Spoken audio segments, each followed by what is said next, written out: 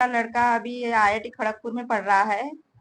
वो करियर अर्जुन के में कोचिंग लगाया था 2 साल। मेरे को तो अच्छा लगता है कि मेरा नाती खड़गपुर पहुंच गया। बहुत खुशी हो रही है उसमें।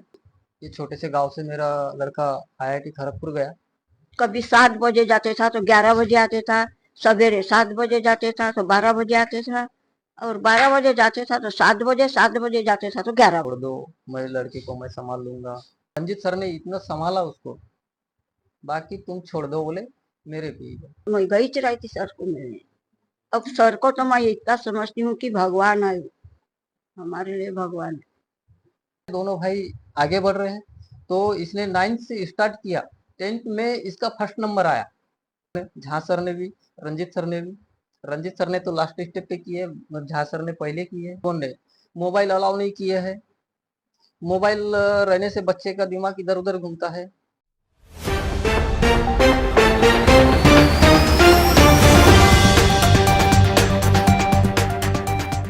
नाम वसंत कुमार गंगाराम बिशेन, मुक्काम कारूटोला। वंदना वसंत बिशेन। मेरा लड़का अभी आईआईटी खड़गपुर में पढ़ रहा है। वो करियर अर्जुन के में कोचिंग लगाया था 2 साल। 1 साल ड्रॉप लिया। ड्रॉप ईयर में उसका आईआईटी खड़गपुर में नंबर लग गया। बहुत खुशी हो रही है उसमें कि ये छोटे से गांव से मेरा लड़का आईआईटी खड़गपुर गया। तो ये तो अपन ने अंदाज भी नहीं लगाए थे इसका कि आईआईटी में पहुंच पाएगा नहीं पहुंच पाएगा। अपन ने तो जैसा करियर जोन ज्वाइन किए उस समय उतना अनुभव भी नहीं था कि कौन से एग्जाम से कौन सा कॉलेज मिलता है, एडवांस से क्या मिलता है, जे फर्स्ट इससे क्या मिलता है, इतना भी अनुभव नहीं था। लेकिन बच्चों ने हमको थोड़ा सा गाइडेंस किए और अपन करियर जोन गए। करियर जोन से प्रेरणा मिली, अच्छी पढ़ाई भी अच्छी हुई उसको। और उसके बाद में 2 साल तक के किया। और लास्ट स्टेप में जो पहले साल दूसरे साल लास्ट में वो छोड़ के आ गया। 10 दिन एग्जाम थी, बोले मैं ड्रॉप ले रहा हूँ, ड्रॉप ही करूँगा।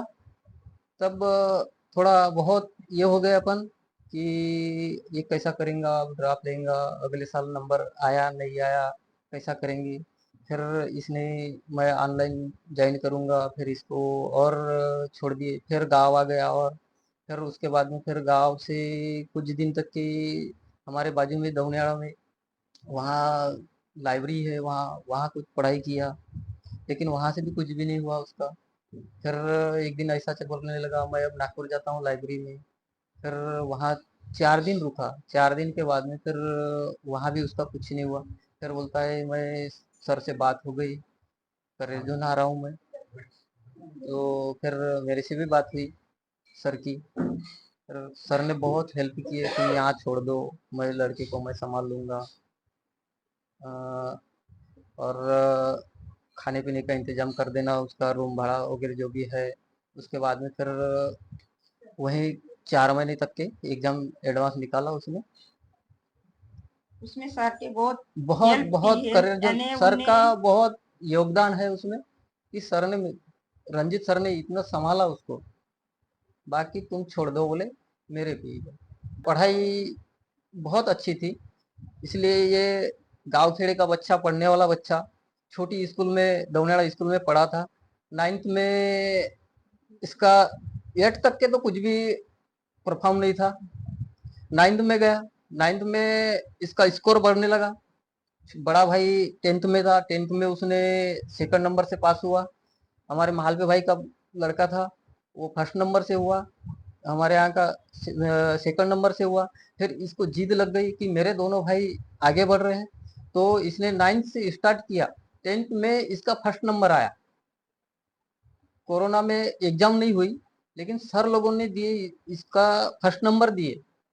तब मैं ऐसा ही एक कुछ डॉक्यूमेंट्स के लिए गया, तो बोले तुम कहीं से प्यारे, वहाँ के टीचर लोगों ने बोले मेरे को कि तुमने बोले आकर के मेरे बच्चे का नंबर आया, ऐसा बोले नहीं, बोले बाकी वाले आ रहे, बोले उसके लड़के का नंबर कैसे क्या दिए तुमने, ऐसे बोले करके बोल रहे बोले। तो मैंने पूछा सर लोगों को कि तुम कैसे क्या नंबर दिए। बोले उसका बोले भविष्य और वर्तमान और भूतकाल तीनों काल होते हैं बोले। इसका जो यह है बोले आगे की सोच है बोले, वर्तमान काल की सोच है बोले, भविष्य भी गया बोले, आने वाला काल जो है बोले उसके भी बारे में सोच है बोले, इसलिए उसी को नंबर दिया गया है बोले। फिर इसने फिर घर रिजल्ट आया 10th का, उसके बाद में फिर इसने करियर जोन चुना। बोले मेरे को करियर जोन ही जाना है। ये 2 साल तक के करियर जोन में रहा। फिर उसके बाद में जैसा इसको 11 खत्म हुआ, 11 खत्म होते ही आया और एक दिन अचानक इसकी तबीयत खराब हो गई, यानी डायबिटिक जैसा गैस वगैरह कुछ ऐसा होने लगा। तो बोले मैं अभी छोड़ के आ जाता हूँ। मैंने बोला एक काम कर, तू सर से पहले प्रॉमिस कर ले, सर सर से पूछ ले, तब तक के छोड़ना मत, नहीं तो मैं आता हूँ। तो सर ने अपने घर में बुलाए, उसको दवा दिए, फिर और कुछ दिन तक के अच्छा रह गया। फिर यहाँ तक के हेल्प किए कि उसको दवा लिख लिख के दिए, दवा भी बताए है। और तुम बोले मैदान में आए हो तो रणभूमि छोड़ के भाग रहे हो, ऐसा भी यहाँ तक के शब्द बोले उनको। छोड़ो मत, लड़के में कुछ उन काबिलियत दिखी होंगी इसलिए ऐसा बोले होंगे। बहुत बहुत बहुत ज्यादा गाइडेंस किए हैं सर ने, झा सर ने भी, रंजीत सर ने भी।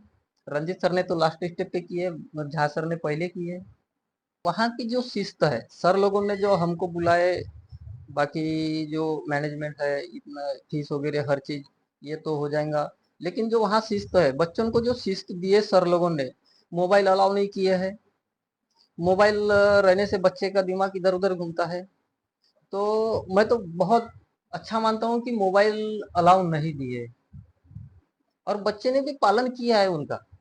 मेरे बच्चे ने तो किया है, बाकी वाले किए नहीं किए वो मालूम नहीं, लेकिन मेरे बच्चे ने पालन किया है कि यहाँ तक कि हमने मोबाइल छोटा वाला खरीद के दिए थे।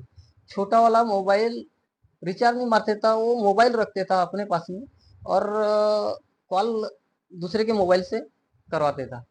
मेरी जॉइंट फैमिली है, हम 3 भाई है। 2 भाई यहाँ रहते हैं, 12 एकड़ खेती है। तो दो जॉइंट फैमिली में रहते हैं, माता जी है मेरी, और ये छोटा भाई है।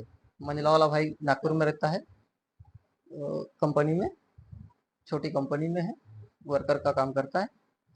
तो जिस समय मैंने इसको, इससे पहले तो तैयारी कुछ नहीं थी, लेकिन जब आगे ये बढ़ने लगे तो मैंने भी सोच बनाया कि क्यों ना अपने बच्चों को आगे बढ़ाए, क्यों पीछे लाए, कुछ ना कुछ थोड़ा सा डेवलप करे, दूध का उत्पादन कर ले, थोड़ा सा रोज का पैसा आवत आ जाए, 2 पैसा जम जाए, इस माध्यम से अपन बच्चों को आगे बढ़ाए। पढ़ाई करने की ये काबिलियत है, वो माँ बाप ने पैसे की तरफ नहीं देखना चाहिए और अपना 1-2 खर्चा कम करके उनको आगे बढ़ाना चाहिए। ये माँ बाप का फर्ज है, ये मेरा कहना है। माँ बाप का फर्ज वो है खर्चा बचाने को होना, खर्चा बचा करके मैं तो बोलता हूँ कि करियर जो जैसी कोचिंग ज्वाइन करने को होना, और झा सर, रंजीत सर जैसे सर से मिलने को होना। इतनी हेल्प करेंगे, डाउन फैमिली भी होंगी तो बहुत ज्यादा संभाल सकेंगे, जैसे हमको संभाले वैसे। जो बच्चा पढ़ने वाला है, इच्छुक है, और माँ बाप पढ़ा सके पढ़ने वाले बच्चे को, तो करे जो जैसी कोचिंग ज्वाइन करने को होना। मेरे को तो अच्छा लगता है कि मेरा नाती खड़गपुर पहुंच गया। कोचिंग में घर में नहीं पढ़ते था वो, कभी 7 बजे जाते था तो 11 बजे आते था, सवेरे 7 बजे जाते था तो 12 बजे आते था, और 12 बजे जाते था तो 7 बजे, 7 बजे जाते था तो 11। बहुत तकलीफ किया और सर ने उसका इतना फायदा किया, अब क्या बताऊं। मैं सर से मिलने जाऊंगी बोलती थी एक दिन वहां, लेकिन मेरे को मालूम नहीं था कि ये यहाँ है करके, तो मैं गई रही थी सर को मिलने।